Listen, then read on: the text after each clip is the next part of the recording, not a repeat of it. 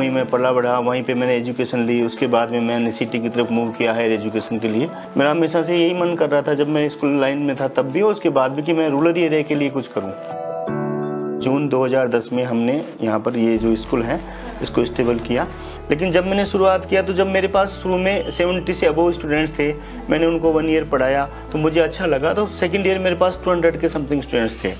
तब मैंने second year से बोर्डिंग स्कूल चालू कर दिया था। रीज़न क्या था कि मैंने जब यहाँ पे इंग्लिश मीडियम स्कूल ओपन किया तो लगा कि पेरेंट्स को तो आता ही नहीं है कि इंग्लिश में काम किस तरह से करवाया जाता है। इस प्रॉब्लम को लेकर के फिर हमने बोर्डिंग शुरू किया। आज हमारे पास 450 से भी अबव स्टूडेंट्स हैं और लगातार हम इसमें ग्रोथ कर रहे हैं।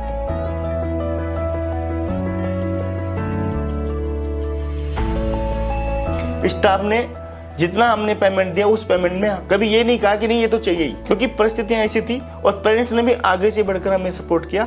लेकिन बच्चा कहीं ना कहीं हमारे सामने नहीं आ रहा था। फिर हमने जूम के थ्रू जो ग्रुप्स है उसमें क्रिएट किया तो बच्चे धीरे धीरे ऑनलाइन आए हमारे पास में। हमने बार बार फ़ोन किया, हम स्टाफ को लेकर के उनके घर गए, कैसे भी करके पहुंचते थे। लोग हमें घरों के अंदर नहीं घुसने देते थे, हम बाहर बुलाते थे, सिर्फ बाहर दूर से डिस्टेंस मेंटेन करके हम उनको समझा के आते थे। एक्चुअली क्या है कि स्कूल पे लोन देना बड़ा मुश्किल होता है, तो उन्होंने मुझे बताया कि ना इस तरह से अब स्कूलों के लिए भी लोन की फैसिलिटी है। पहली बार सुना था कि स्कूलों के लिए भी कोई ऐसी कंपनी है जो लोन लेके आई है। तो पूछा मैंने कहाँ है, फिर उनके द्वारा हमने एग्जीक्यूटिव से बात की, वो लोग आए, विजिट करे, उन्होंने हमारी फाइल वगैरह ली, हमें बुला करके उन्होंने बहुत ईजी वे में लोन सैंक्शन किया। कोविड में फिर वापस हमें ऑफर किया गया, आगे से फ़ोन आया हमारे पास इस तरह से करने के लिए। यहाँ से जयपुर किसी काम से गया हुआ था, वहाँ के एग्जीक्यूटिव का मेरे पास फ़ोन आता है आगे से और बोले कि आपको सर परेशान मत होइएगा, आपको फंड की रिक्वायरमेंट है तो फंड लीजिएगा। मैंने कहा कि भाई फंड तो हम ले लेंगे, इसका इंस्टॉलमेंट कहाँ से भरेंगे?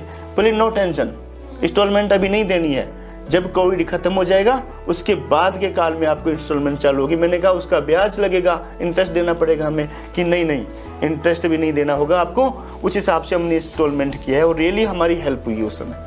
कोविड के टाइम पे वर्तना ने खुद ने जो बुकलेट्स हैं वो जारी की थी बच्चों के लिए बाकायदा।